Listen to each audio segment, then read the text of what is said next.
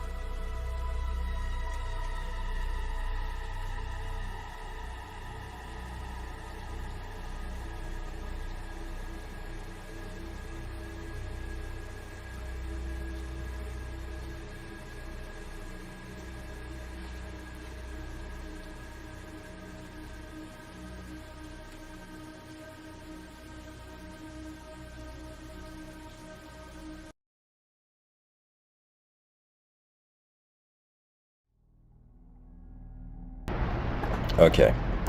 Hello, everyone. Welcome to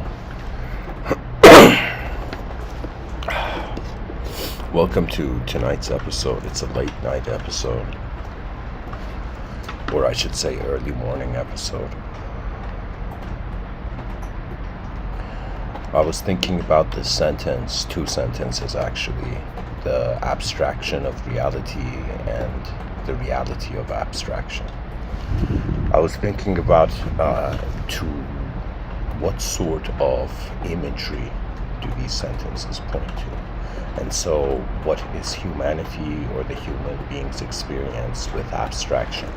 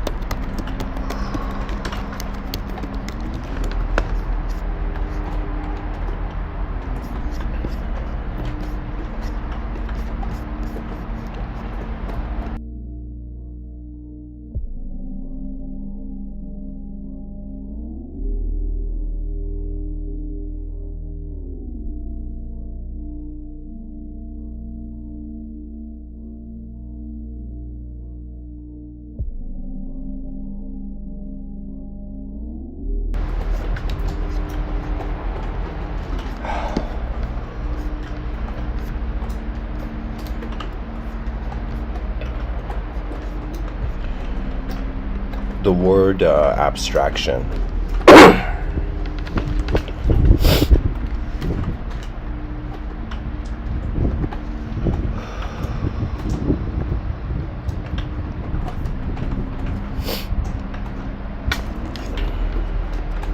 sorry guys, I think I'm actually too nasally to give the talk, but I'm going to attempt it.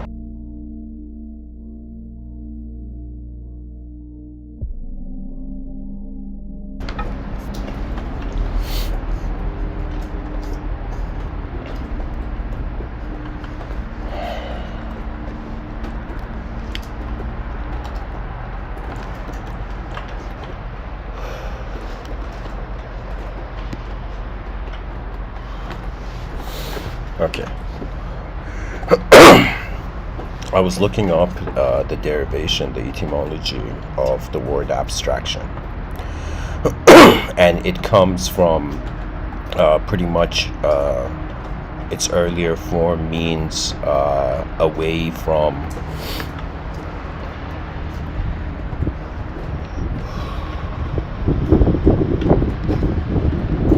here. I'll just read this for the viewers before I get into my own ideas about this.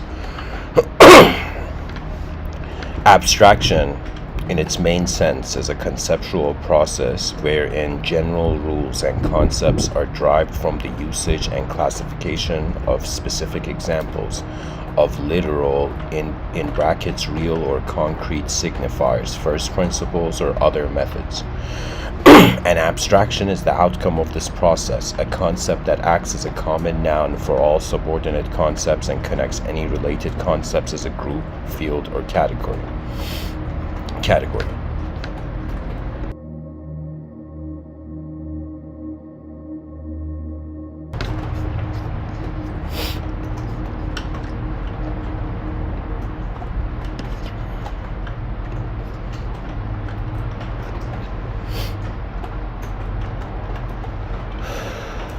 Here it says conceptual abstractions may be formed by filtering the information content of a concept or an observable phenomena, selecting only those aspects which are relevant for a particular purpose. For example, abstracting a leather soccer ball to the more general idea of a ball selects only the information on general ball attributes and behavior, excluding but not eliminating the other phenomenal and cognitive characteristics of that particular ball. In a type-token distinction, a type example, a ball is more abstract than its tokens, that leather soccer ball. Abstraction in its secondary use is a material process discussed in themes below. Right. I'll say it this way, right? There is many ways to see it, but the best way I have understood and understood the role of abstraction and also my experience on it. So this is what I'm going to tell the viewers.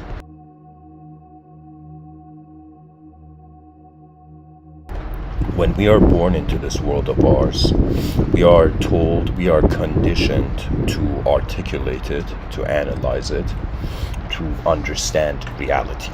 Right? To be a human being is like when you wake up in the morning, you have logged into a conscious elemental space-time continuum. And so one of the what we are tasked with as a conscious creature is to not just comprehend the nature of our consciousness, but to in some sense work with the content. And so really the word abstraction exists simply because we are a multidimensional being, and as much as let me say it this way, when we look at the moment of an existence of anything like a human being, we are noticing two types of events taking place. Okay, what I'm trying to get to, dear viewers, is that abstraction is thinking, and I'll explain. But pretty much the starting point being that there's a human being. This human being is intelligent. The intelligence of its moments can be seen in two modalities.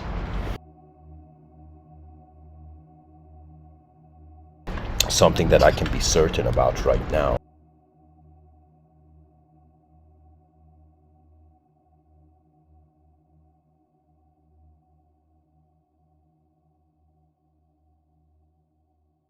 is that my biological body is an existential objective event, and my mind and persona is in some sense a subjective experiential event. If there's anything, I don't know, if viewers are taking notes, this is one of the biggest things, right? Because it's the yin and yang of the yin-yang symbol, but they are divided between experience and existence, and these are two events that are going on for everybody. When we think about abstraction and reality, now I was deciding whether calling this title the reality of abstraction or the abstraction of reality, but it's like double-edged, so both titles kind of work. So what is abstraction? You see, we have, just take this context that in front of your eyes is an outer realm where you access an existential event. Behind your eyes is your inner realms where you access an experiential event. So existential event in front of our eyes, experiential event behind our eyes, okay? Now, when it comes to knowledge or understanding something, it's as if there is a real event going on, and our minds, which are the small and the big, which are the limitations, which are the limited and the limitless, what they do is they have to in some sense come up with a sort of measure, like our mind has to, how would I say it, plant a flag of what the moment means for itself. So really what it is that life is this real existential event, and our human psychology adds layers of experiential subjective events. What it is that there's a private world behind our eyes and there's a public world in front of our eyes. The public world is an existential event. The private world is a psychological event. Now, when it comes to abstraction and reality, we're like, yo, is the human being an object or a subject? Like right now, me speaking to you, is an object only speaking to the viewers, or is a subject speaking to the viewers? Or could it be that there's something here that is the presence of the whole moment, that is aware of how the object and subject moves? What I'm trying to say to the viewers is that there is a direct event. It's like we've all attended this concert called life, and there's this existential event. Now this existential event is beyond our eyes. It is too big for one man to comprehend. So what is one man left with? His best approach. What abstraction is in some sense an ability to look at reality from different angles. And this is something they don't teach to people, right? People naturally learn, like you give a child a soccer ball, the child plays with the soccer ball, kicks it in different ways, moves the soccer ball in different ways, different angles. But when it comes to subjectivity, it's as if we have forgotten the athletic spirit, do you know? And really what abstraction is the wonder and curiosity of how else is existence moving to human consciousness. Okay? Now, some people may say, Mr. Within, abstraction's nothing, imagination doesn't exist, you know? What's the point of abstraction when we're trying to find the real truth and reality? And I will tell you, abstraction is the space where new reality is found. It's as if reality is sandwiched between abstract dimensions and abstraction is sandwiched between reality. This is important to know. The nature of the human intelligence.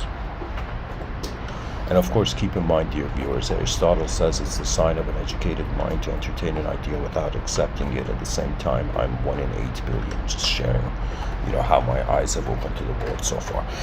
What I have noticed about abstraction and reality is that I have I would say it's getting close to a decade, really tried to solve the problem of what is imagination.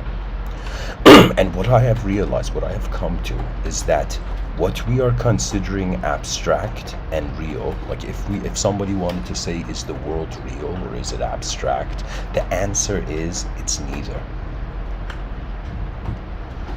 What does that mean?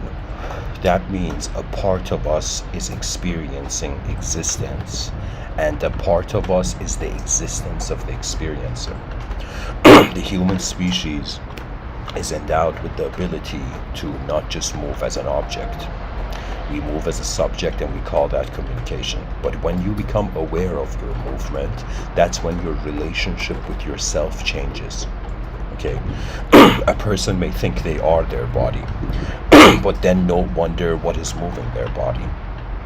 Then realizing the codependence of self with the world. You know, the value of an individual cannot just be based on the inner realms only, when there's a collective external position. Okay? What I'm trying to tell the viewers is that when it comes to this, what thinking is that the mind has an ability to look at a single moment or use a single pointed concentration to discover different angles to one reality.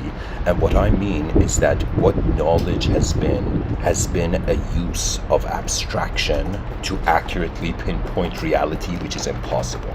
So what I'm trying to tell the viewers is that when it comes to abstract concepts, okay, there is a sort of linguistic conceptual sense of acknowledging the abstract, but there's also sort of imagery, and at the same time it depends on what the human memory is keeping as reality, right? For example, if you're someone raised in a religious environment, science may appear abstract to you. Do you know? Maybe the concept of God appears super real for you, right? But if you're in the other side, you know, you might have science being super real for you, and then the concept of God being the abstraction. right? So it's like, you know what I'm saying? It's as if from one angle God is man's abstraction, from another angle man is God's abstraction. That means to be a truly religious person is to realize the world is God's mind. Hence the positioning of an inconceivable witnessing force. Now in Vedanta, they called this Atman, and when the Atman realized its inseparability with the Parabrahman, it was another way of saying, like, how do you get enlightened from a self? You remember you're being the world that the self is in. Okay. So it's like another way of, if this world, if reality was a simulation, which is another way of saying, what if reality is abstract from the beginning?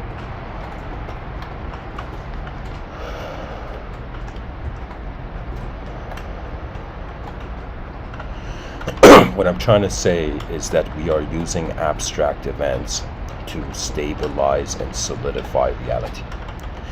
What is anything that the human being does to clarify its knowledge? It is in some sense a sort of test of assurance. You know, it's like a test of certainty. In the scientific method, a hypothesis is projected, and then the hypothesis is tested, and then a sort of result is concluded. Okay, when we look at the human experience, just normal, let's say somebody who doesn't know anything about science or whatever, what we realize is that the person's mind is projecting the experience of life before the body actually moves. So what is going on is that even though human beings are assuming that they are in reality, in an existential, we are real beings, but really what is moving reality is not real. And so it's as if, like, I can touch a person's body, but I can't touch their personality. I can't touch the thought they have of themselves, you see? So we are abstract powered reality. We are in an abstract empowered reality, and some psychologists and continental philosophers took this to such a limit, where stretching from Ludwig Wittgenstein into Terence McKenna, where they say that the world is made of language.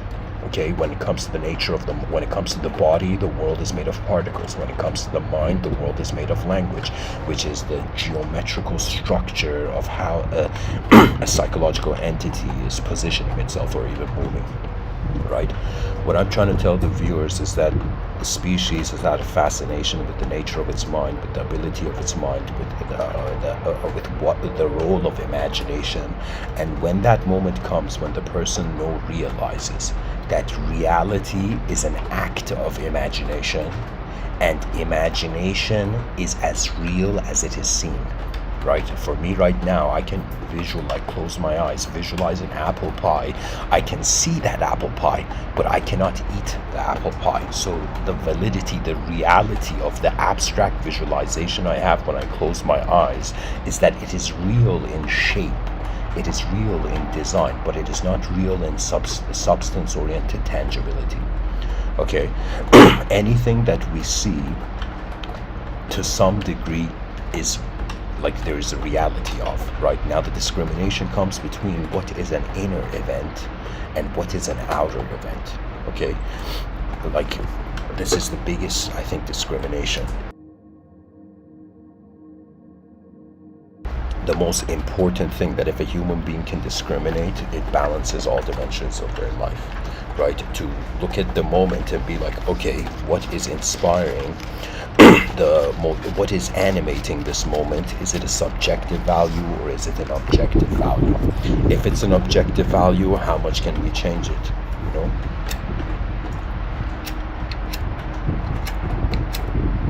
Like, human beings are creatures that have desires for power, status, control, like luxury, happiness, and all of this, right? But all of those things are abstract experiences, right? So right now, me giving this talk, like, sure, my voice could be said, the sound I'm generating, my mouth moving, this is a physical experience, but the communication, the nature of the communication, it's a subjective experience, right? What I'm trying to tell the viewers is that abstraction is a natural necessity, okay? Just like we have matter and space, or the ancients would call Purusha and Prakriti, we have abstraction and reality.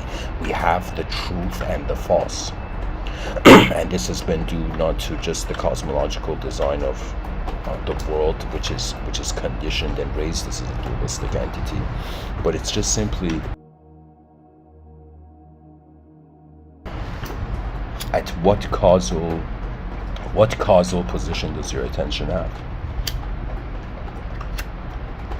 You know, there's some people who, let's use God as an example. In order for them to believe in God, like, they need to see God.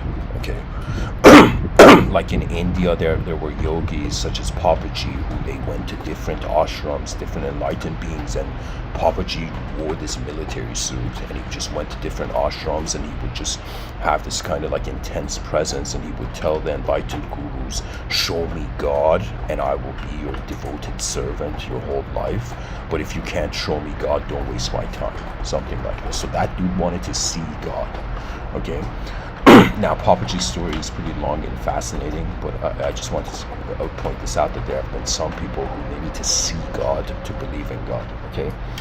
But if we have a consideration that what reality is what is in our attention, you can say God exists because an attention to that idea exists. You see, it's like God's existence is how the idea is even there. Like, that could be a justification, a sort of, experiential proof. I have wondered about the nature of mind, dear viewers. I have wondered what meaning could a temporary opportunity have. Like, really, what is going on this planet if we forget about people's backstories and emotions and all of this? It's like for 100 years, there's this physical organism, this physiological entity. It has an ability to convert its physiological energy into psychological, its physiological existence into psychological experience. When we look at human beings, like, I remember seeing this video online where this kid had gone to like this older person and was like, hey man, what would you say to your younger self? Like, if you went back in your 20s, what would you say to yourself? Like, the guy was in his late 50s. And the guy said that in some sense, like, you're going to realize that the most important thing is, in some sense, the feeling one has of their self. Okay. And how would I say it? It was like the person was saying, enjoy life, because a lot of the things we desire, which we think can make our life into a perfection, it's like life is like this it has a multi-dimensional solution, but many human beings are trying to solve it only through the dimension that's real to them. You see, when we realize something is multi-dimensional, it's another way of saying we require to be patient.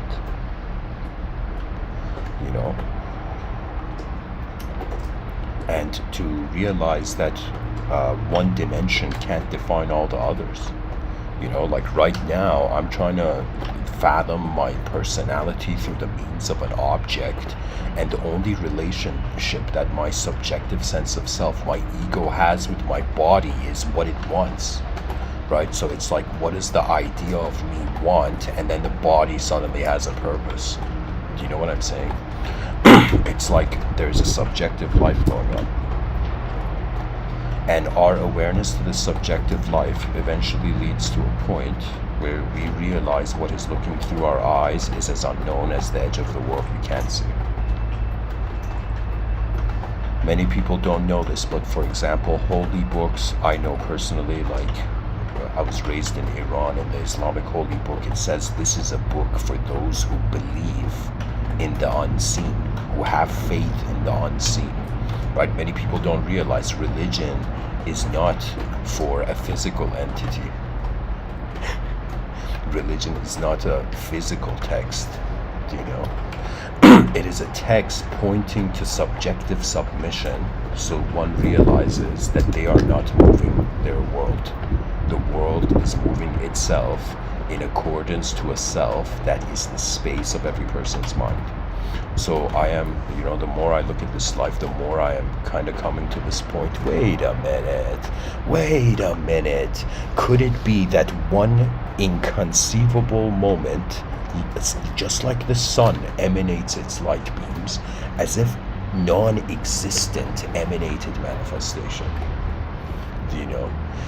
Or I could say the invisible became visible in a way where we consider that to be a causal position. But it could be the case that this world is infinite, the universe.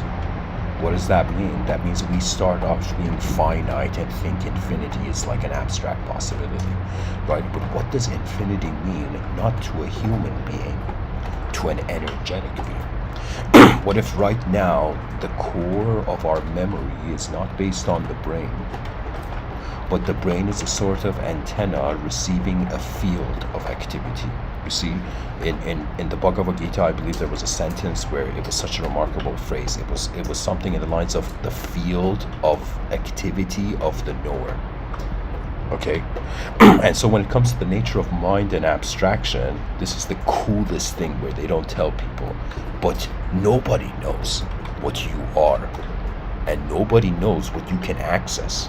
If somebody came to me and said, like, Mr. Within, when you were like 10 years old, did you have an imagination you have like now? I'll be like, no, I was just this sort of materialist kid who wanted to be a soccer player. Do you believe that? I wanted to be a soccer player. I had no interest in how mind was positioning reality into meaning, right? But who knew? At some point I would be like, okay, let's talk about, the nature of reality for a long time. We don't know, right? We don't know, but the cool thing about us not knowing is that we know we don't know. And I feel what is synonymous to, let's say, the pure religious faith is that our doubt of our life is based on the shape we are seeing to our life in the present. But if we have an acknowledgement that we are not just what's in this space, that our mind is the space. They say the soul enters the body when the child is in the womb. Certain religious books acknowledge it that way. To me, before poetically the soul enters the body, the soul entered the space of the world. That means it's as if, like, before a physical human incarnation, there was a sort of space of humanity incarnation, right? Like right now, I'm sitting in a space, okay? I'm sitting on my balcony in the space-time continuum, but who knows that the space has a spirit, not just the body, and the spirit is not individual. What I'm trying to say is that human beings should not fear abstraction. They should use all their abilities with abstraction and reality to try to wonder about what if there is the unknown factor of something that is more than an object and subject occurring here. You see, the greatest, like, I have wondered where my thoughts come from, okay? And you know what I have realized? I have realized prior to me saying any word or speaking to the viewers, there is an emotion of confidence with the space. You see, it's as if we're not taught to become content with the space of our being. We're just, taught to kind of like, work hard and be strong. It's just this individual dimension of an entity. But how many people teach that we are space? How do we know that there has not been civilizations on this earth that have progressed to such a level where they do not need to be physical? How do we know this? Imagine a civilization becomes so advanced that every part of it is advancing faster than the speed of light. It's as if the ultimate advancement and the ultimate speed is a return to invisibility.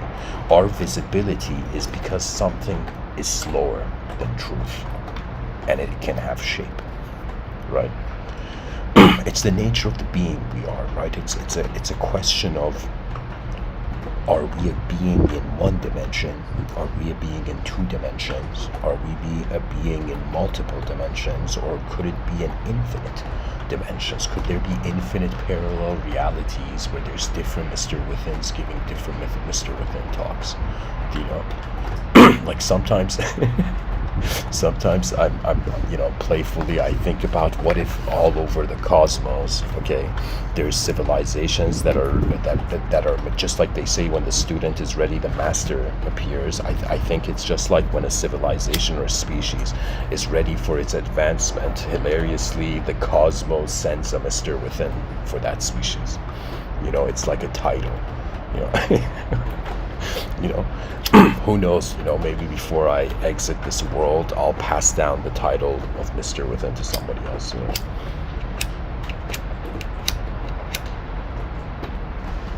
But what it is, it's just ability and potential, and when the ability is there, the potential activates. When the ability is not there, it doesn't activate. A lot of it has to do with decision making. A lot of human psychology has to do with processing. It's like eyes open, we receive an existential event. It has shape, color, space, substance, design, all of this, right?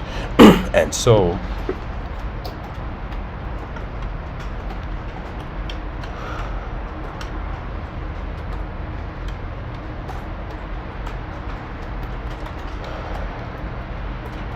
what I'm trying to tell the viewers is that the brain is keeping events of yesterday as memories. Think of it as if it has an ocean of memory, and every new experience is drops of rain hitting this ocean. What I'm trying to tell the viewers is that how, just in this moment right now, how we experience ourself is an abstract event. How we experience the world is a real event. Okay? But then, if the abstraction can be experienced, then reality has to be redefined. Okay? What I'm trying to tell viewers is that do not fear abstraction. Our ancestors, the furnaces of human intellect were based on abstraction. Pretty much the human mind opens its eyes, it accesses a world, information enters your world, and then your world responds to that information. Okay? We are a very advanced being. All of us. The human species is privileged. We are a privileged species. Like, we might be in the 1% of all the creatures in the cosmos that have had the capability to notice the cosmos. Whoever you are listening, do not fear your might. Do not fear if your eyes are as big as the world. Do not fear the self that we have come here to be. What life is that our view of the world is the stone, and just like Michelangelo, we set the angel free. The cool thing about the world is that it's free imagination. Like, people don't realize, but if to be a solipsist is a lot of work. To be a pure solipsist, to be responsible for the geometry of the human experience, is to be responsible for how the world is shaping us, which is impossible to some people.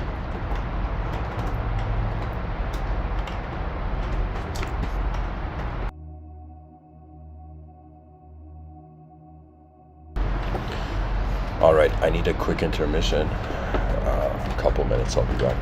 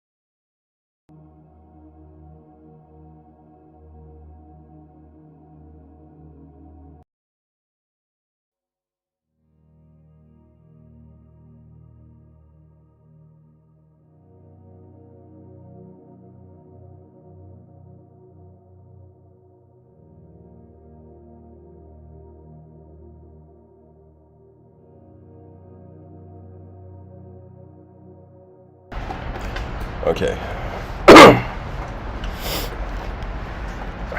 Excuse me.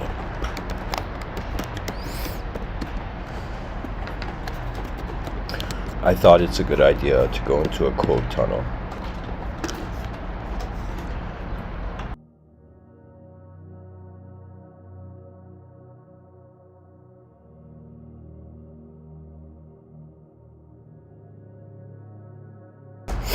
So, for those people who are new, a quote tunnel is pretty much me reading a bunch of quotes about a theme or a specific person. For tonight, it's the theme of abstraction.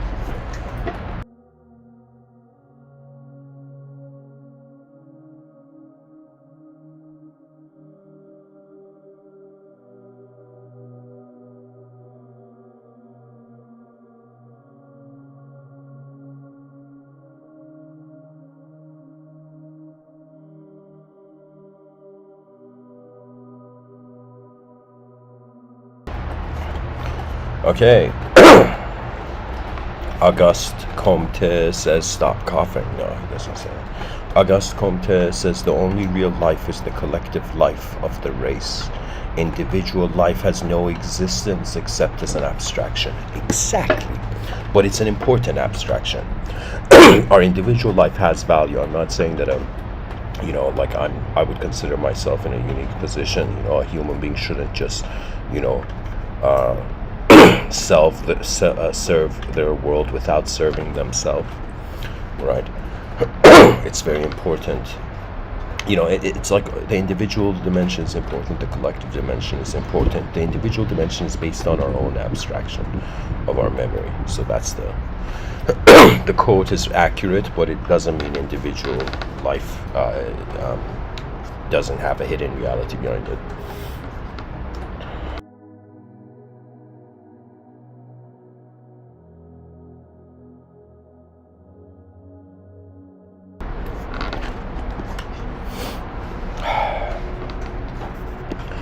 Paul Cezanne says pure drawing is an abstraction. Drawing and color are not distinct. Everything in nature is colored.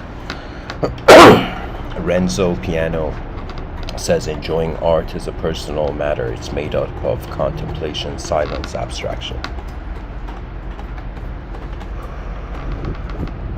Oscar Wilde. Nothing, indeed, is more dangerous to the young artist than any conception of ideal beauty. He is constantly led by it either into weak prettiness or lifeless abstraction, whereas to touch the ideal at all, you must not strip it of vitality.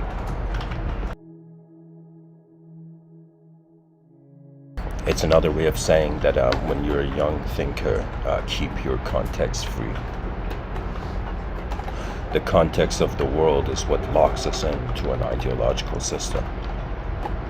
And so I have walked through various contexts of the world, but the most beautiful world I have seen has not been a world where there is color, it's like a sunset, it's like activity. The most beautiful thing I have noticed in this world of ours, and I think the viewers can guess what I'm going to say. The unknown. The unknown is the epitome of all that knowledge leads. Knowledge is an abstract way to discover an unknown reality.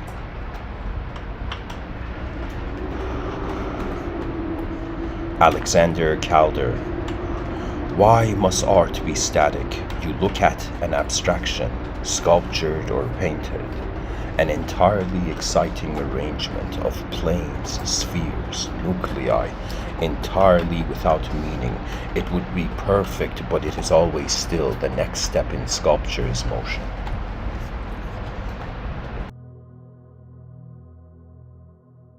Yeah, so the Michelangelo of back in the day, the Michelangelo of modern times are like, those inventors building robots,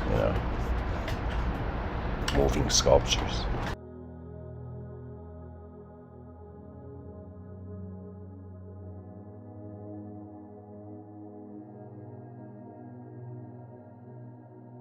It's important to note that life is animate. And it's this animate nature of life where we, all conscious creatures, are basing their values on. What is survival? The permission of the continuity of to be animate. Life is so fascinating that the moment you notice the unknown, your soul remembers it's an explorer. An explorer uses whatever past reality or abstraction to find new realities. Suffering is based on the past. You know how many generals on battlefields, they've looked at the past, and when you look at a past event, it's already been dictated, like its karma has occurred. But when you look at future events, the potential of novelty exists. This is very important. The human species, rather than defining itself just based on the past, just based on the present, realizing that it can define its value, its worth, based on what it can do, not what it has done. You see, that's the issue. Sometimes I think the human species is reducing the inspiration of its members, right, by making them think that inspiration is authorized in a specific way. You see, we must not forget it's an unknown world. That's the main point. Anyways, I'll keep going with the quote tunnel. Joseph Albers says, abstraction is real, probably more real than nature. John Dewey says, by object is meant some element in the complex whole that is defined in abstraction, from the whole of which it is a distinction. That's an incredible idea. So I'm looking at this laptop and I'm saying this is a laptop, okay? But this is an abstraction. Why? Because existence is collectively present. You see, this is also the view of coherentism when it comes to the concept of the infinite regress, rather than us isolating a specific cause and effect chain of series of events or sequence of events. It's all emerged together. The world knew better than emerging alone.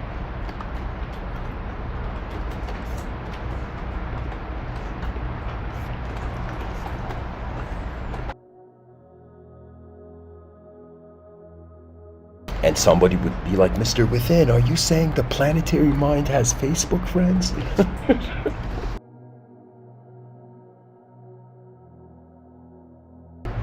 Anyways, back to the quote tunnel.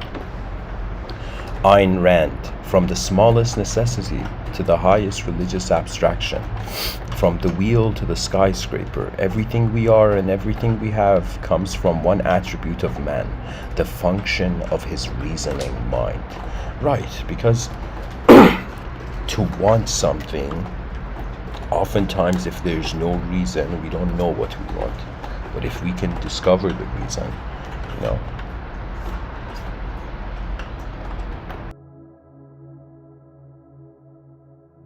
I was having a conversation with my mother today.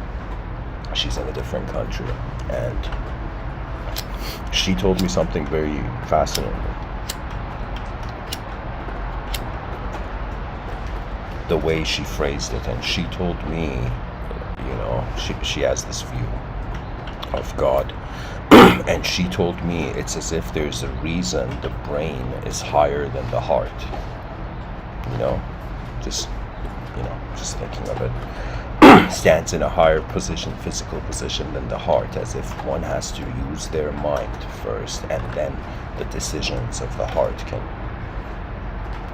come, right? What I'm trying to say is that we have been given a mind, so we don't look at the cosmos empty-handed.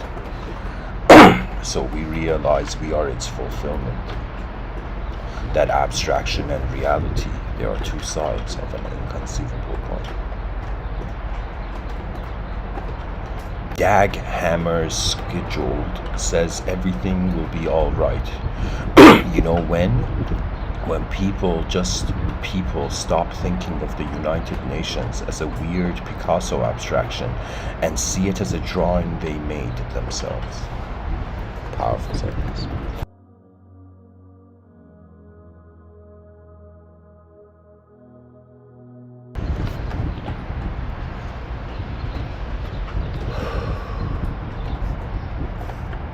Robert M. Pirsig. Quality is a direct experience independent of and prior to intellectual abstractions. This is very important because I'll try to the best of my ability to explain this to the viewers, but when it comes to, let's say, academic discussion, we have these two ideas, a priori and a posteriori. Okay, and so what this means is that something prior to experiential validity, which is a priori, right? Something that has value and meaning prior to, let's say, subjective reasoning. If I ask myself, like, if I look at the statement, like the color blue, or like the color blue, to me, there is no additional layers of subjectivity that can be added to change it from what it means. It just is. You know, it's like blue is blue a priori, the color blue.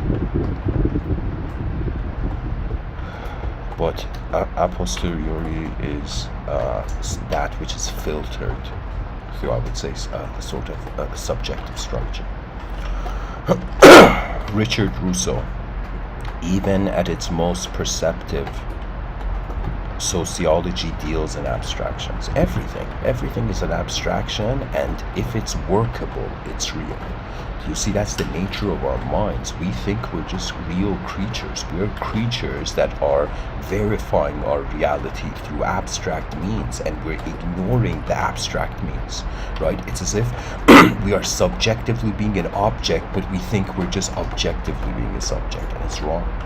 Because the free will is moving reality against all the odds of its value, right? Because you see, it's like what dictates to the human intelligence what it is. Like, where does the acceptance for what it is come from?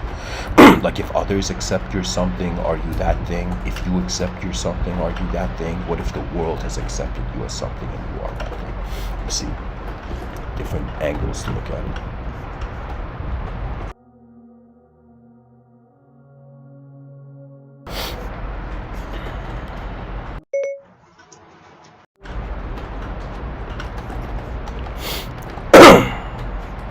Camelia Paglia.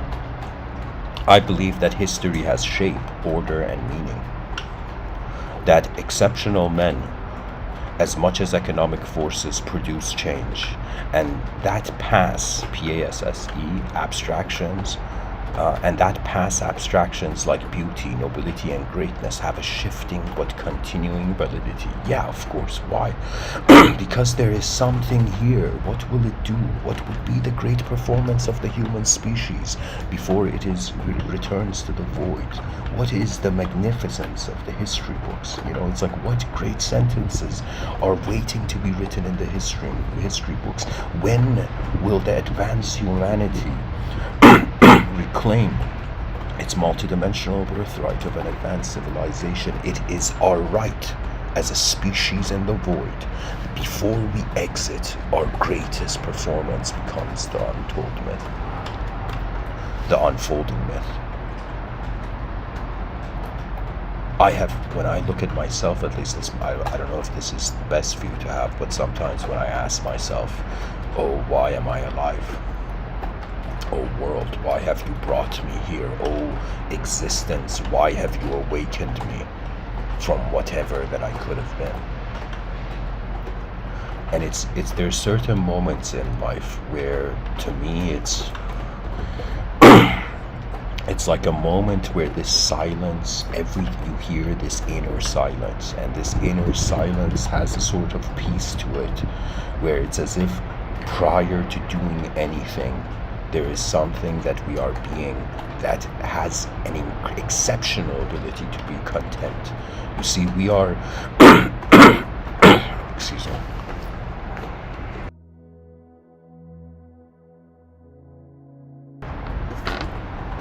There's a scene in the movie Gladiator, like, it's one of my favorite scenes,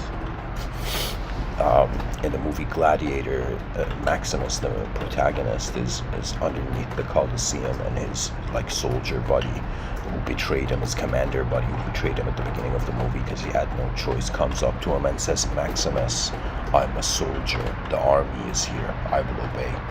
Right? And he's saying that we have the ability to free you from your chains and from this karmic cycle that you are in. And Maximus just smiles and looks at that commander guy as if like, buddy, you don't understand reality yet. And he says nature never puts one in a situation where it hasn't prepared them for something in these lines.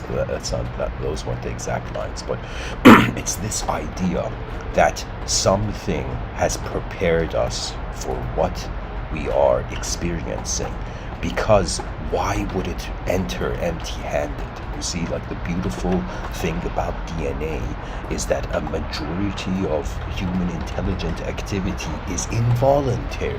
It's happening on its own. Like right now, I could move my hands in the air. I could move my eyes, speak differently, generate sound, but I can't like reshape my skeletal structure. I can't like suddenly have my heart beat or the lungs beat or have them change locations or whatever. You see, it's like certain things are not in our will. They are not in our conscious free will of choice. So this gives me this clue that consciousness has emerged for a specific activity. That the human beings alive now, we are the ability of a cosmos to behave this way.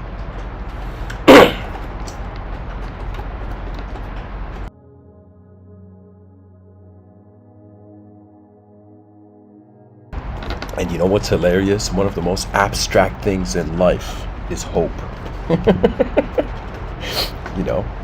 But it's one of those abstractions which the person really wants to be real.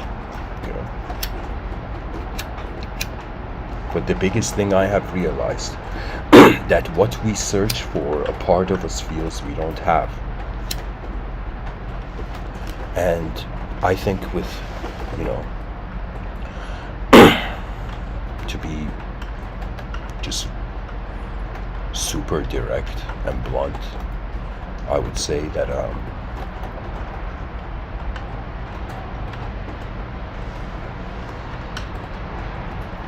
to be a human being is a phase.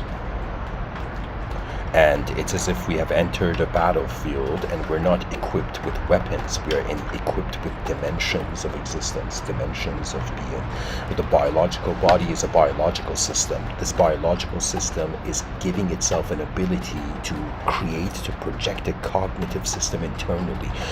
You know what this means? It means the human intelligence is double-edged. We are living in more than one dimension.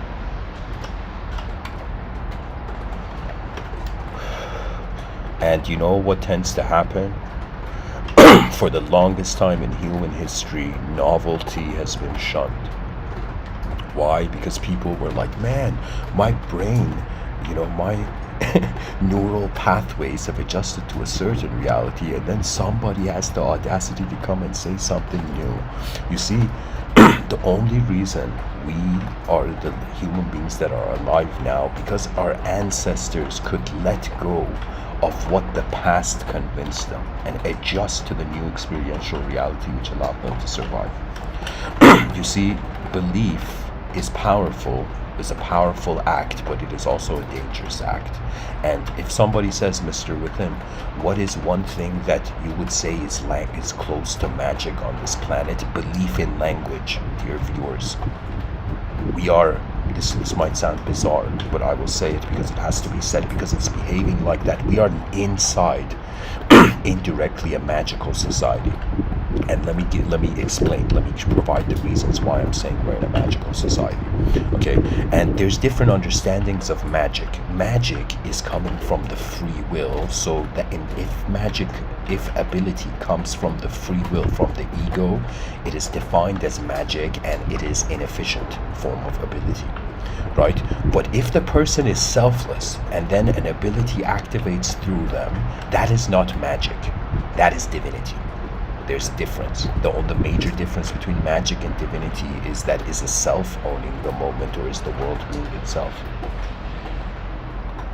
So the reason I am saying the human species is living in a magical society because just this is gonna, I think, fascinate people.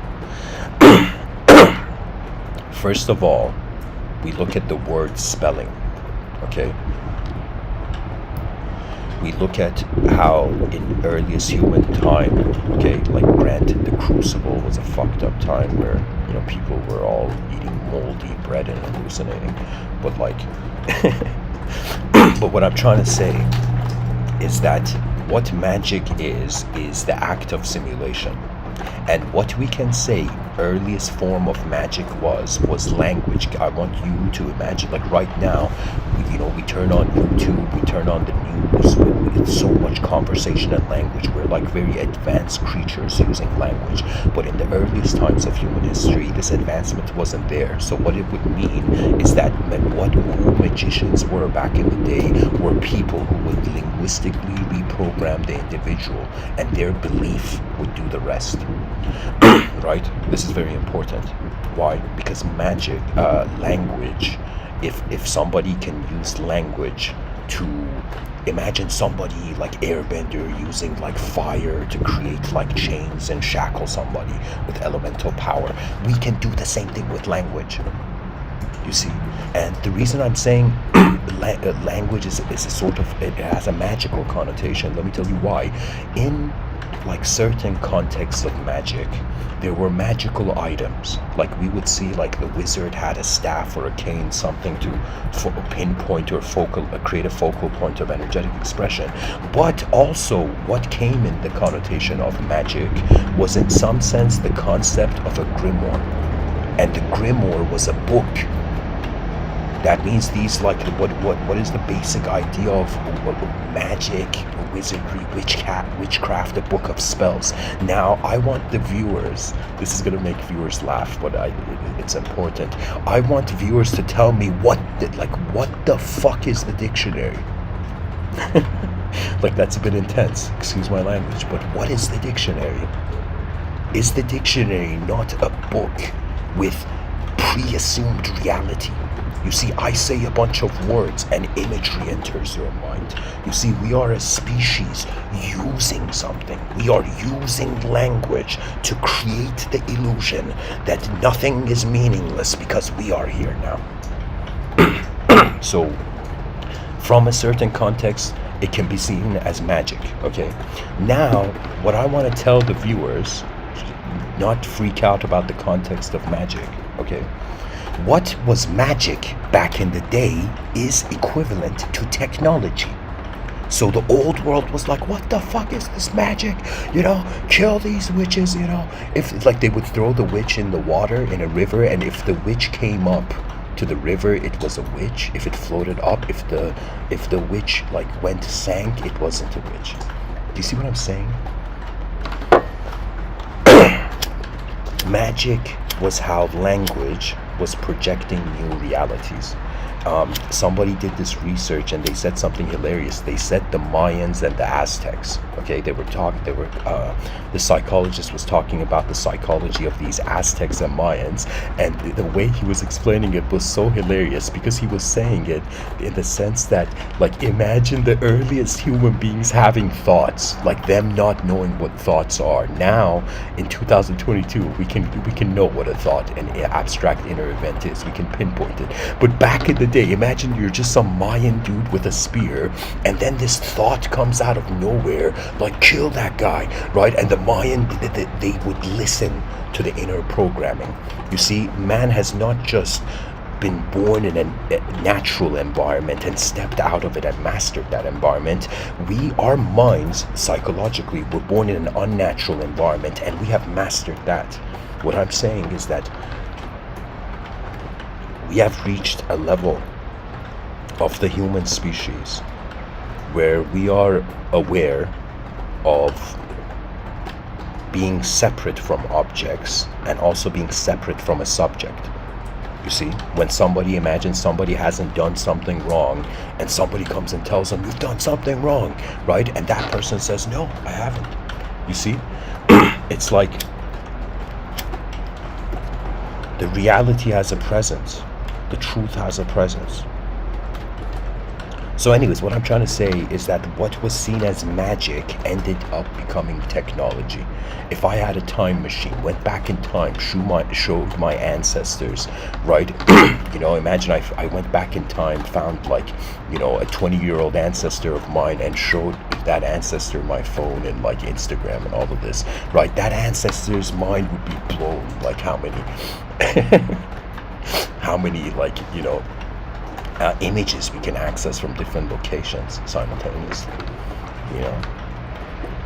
So anyways, this thing about magic, there can be an argument made that what magic was like there is no such thing, right? What it is it's a simulation, okay? Like when I say magic, if I put a box on someone's head, they'll be like, yo, it disappeared, the world disappeared, you're a magician. It's like that level of magic. Okay, it's a magic of the blindfold, right? And the species has been blindfolded by a massive growing linguistic system, and this linguistic system pinpoints it. You see, rather than people wondering about what the world is, they're trying to fit into the world that others were looking at before they were born. You see? What is the value of your new eyes if you are living just like the past? This is why I think, like, I understand, like a part of me has an appreciation for what the religious perception, the religious lens opens up, allows one to see. But at the same time, I have this feeling that if the prophets of all religions came back and they saw people now, they would be scared. They would be shocked that we are trying to act like them when we are God's creation, new creation. You see? What I'm trying to say is the world doesn't need everybody. We don't need the species to ideologically clone itself to one truth to feel happy. We have to, in some sense, realize that the unknown is here. That God did not create knowledge only. It created the unknown. Which is another way of saying truth created the simulation. And when the simulation reverse engineers itself, what does it find? It finds the moment that never changed.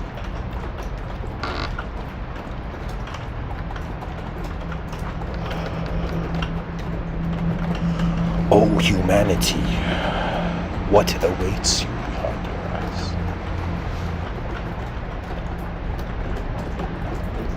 eyes? Guys, I'll be honest. There are times where I have gone into an existential panic attack, okay? And I have reached certain states of mind which only through my silliness I managed to maintain my sanity. I would tell you this. Why? Because one can reverse engineer reality into nothing. The mind has an ability to infinitely destroy and infinitely create. And when the balance is understood, worlds bow to those who are wicked. You see, this world is alive. We are meeting our old ancient friend, a universe in disguise of a person. That's the beauty of abstraction. The permissions that limited reality cannot give itself. Abstraction. And abstraction, imagination, is like Thor's hammer, okay? It's like a God-given gift. It's like a transcendental gift. It is the greatest gift given to the human species, the ability to envision a future and also to get there. An advanced civilization awaits. Thanks for listening. Rise, mankind, rise. Honestly.